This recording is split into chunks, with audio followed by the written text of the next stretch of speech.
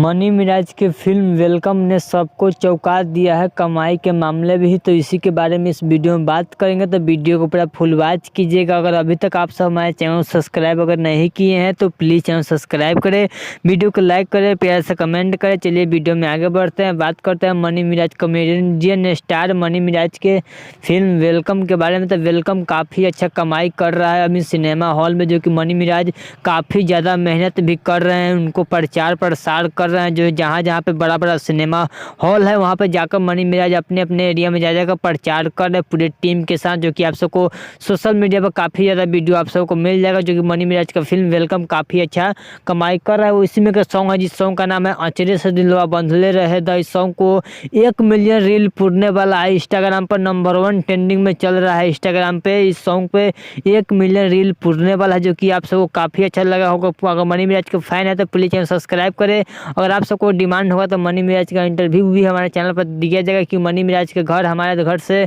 9 से 10 किलोमीटर अंदर में ही मनी मिराज का घर आता है। तो चलिए, अगर आप सबको यह मनी मिराज का वीडियो अच्छा लगा तो प्लीज़ चैनल सब्सक्राइब करें, वीडियो को लाइक करें, तो प्यार से कमेंट करें। चलिए मिलते हैं न्यू अपडेट के साथ, तो ओके बाय।